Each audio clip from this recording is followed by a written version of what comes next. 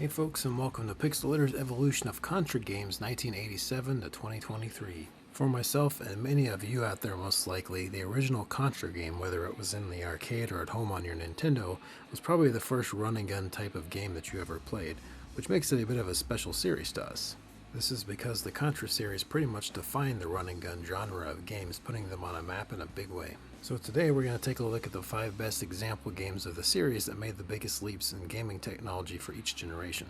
Starting at the beginning was the very first Contra game from 1987.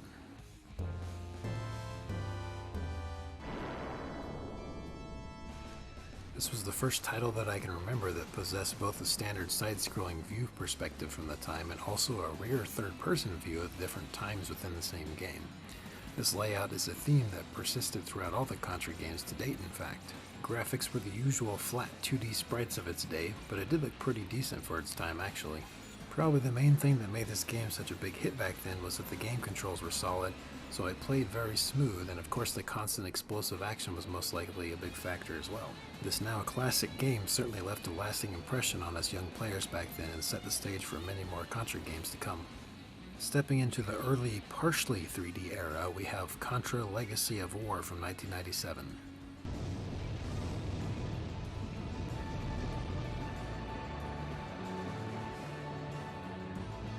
Although this title did bring the series into the PS1 console 3D generation, your characters and most of your enemies were still two-dimensional sprites. The maps as well as some larger enemies in the game were now 3D at least.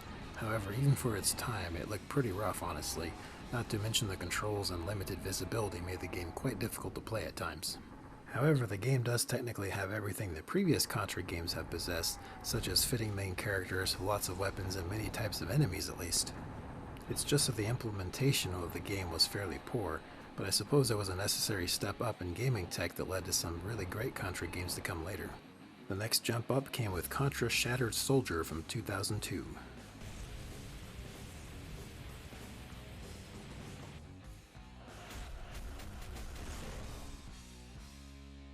This title took the series into the entirely three-dimensional PS2 console era. This is the point that the series really started to look good, and the controls were significantly improved as well. This title inherited all the best elements of the original Contra game and made them all better and more polished. The graphics, effects, sounds, and physics, as well as pretty much every other aspect, was well executed, making it the definitive Contra game for nearly a decade after its release. The next leap forward was Hard Corp's Uprising from 2011.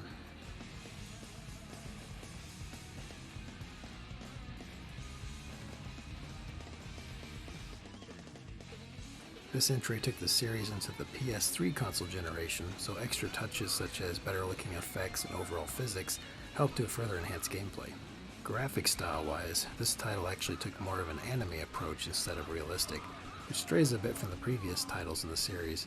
However, that change did make the game feel more bright and colorful and looked more clean overall.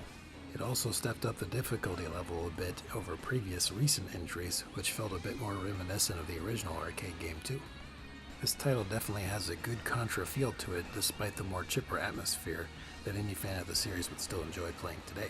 Bringing the series into the current gaming era is Contra Rogue Corps from 2019.